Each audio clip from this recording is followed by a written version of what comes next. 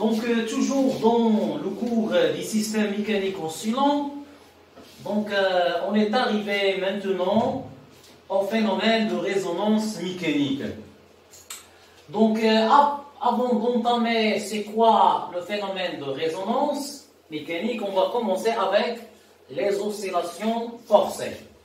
Donc, pour les oscillations forcées, on va utiliser le système suivant. Donc, comme vous voyez ici, on a l'oscillateur qui est constitué d'un ressort et d'un corps solide de masse M. Donc, on a attaché ou bien relié ce pendule à un excitateur, c'est le moteur, et le fil, il a poulie.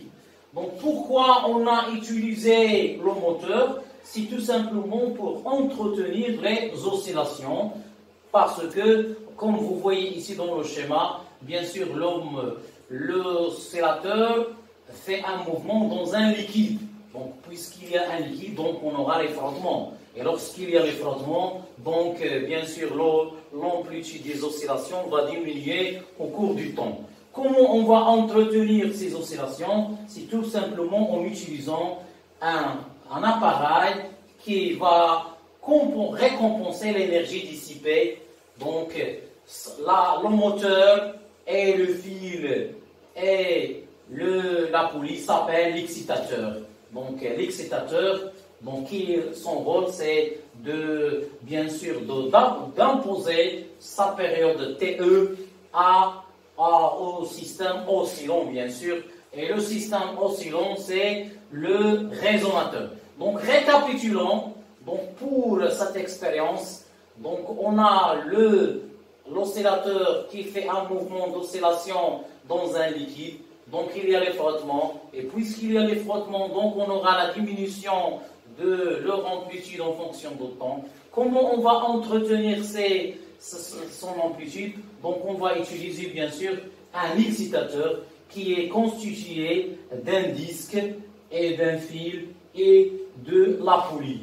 Et le résonateur, on appelle le résonateur, c'est la masselotte plus le ressort. Maintenant, je vais vous montrer une animation qui va, bien sûr, traiter ce phénomène, bien sûr, des oscillations forcées.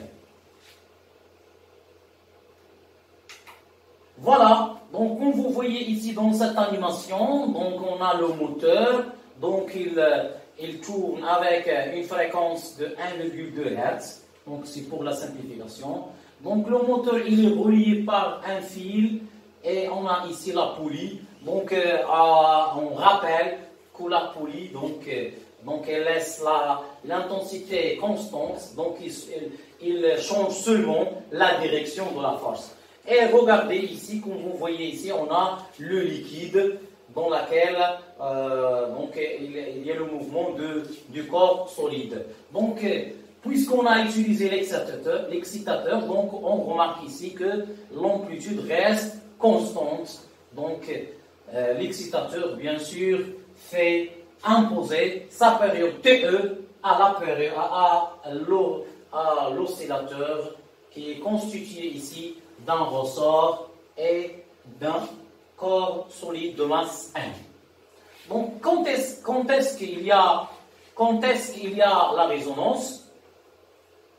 Donc, on aura la résonance lorsque on a la période TE d'excitateur égale à la période de la période propre de l'oscillateur. Donc, quel système il au siège des oscillations forcées lorsque l'excitateur impose sa période de système oscillant qui est qualifié de résonateur. Donc on rappelle que l'excitateur c'est le moteur plus le fil plus la poulie. Et le résonateur c'est le ressort plus la masselotte. Donc passons maintenant aux résonances mécaniques. Donc quand est-ce qu'on parle de la résonance mécanique? On parle de la résonance mécanique lorsque la période de l'excitateur TE elle est à peu près égale à la période propre du résonateur ou bien du pendule élastique.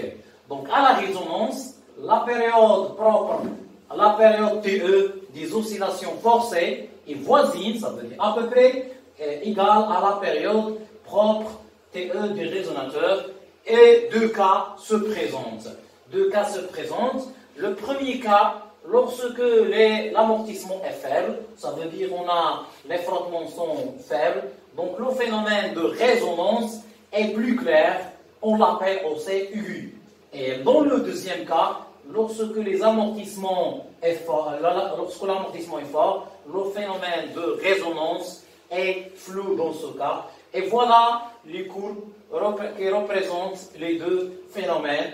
Donc en rouge, on remarque que la résonance aiguë, donc bien sûr l'amplitude est maximale, dans ce cas l'amplitude est maximale, et lorsque l'amortissement est fort, bien sûr il s'agit de résonance floue, donc on remarque que l'amplitude est minimale dans cette zone. Donc bien sûr on a là le phénomène de résonance mécanique. Donc on récapitule. Donc on a deux types de résonance. La résonance aiguë lorsque l'amortissement est faible, et la résonance floue lorsque l'amortissement est fort. Et en général, on dit qu'il y a résonance lorsque la période TE de l'excitateur elle est à peu près égale à la période propre TE du résonateur. C'est la fin de ce cours, qui est un cours très long, bien sûr, très long. Donc vous trouvez le lien en bas, bien sûr, en description, le lien du cours complet de système mécanique oscillant. Je vous remercie et à la prochaine vidéo, Inch'Allah.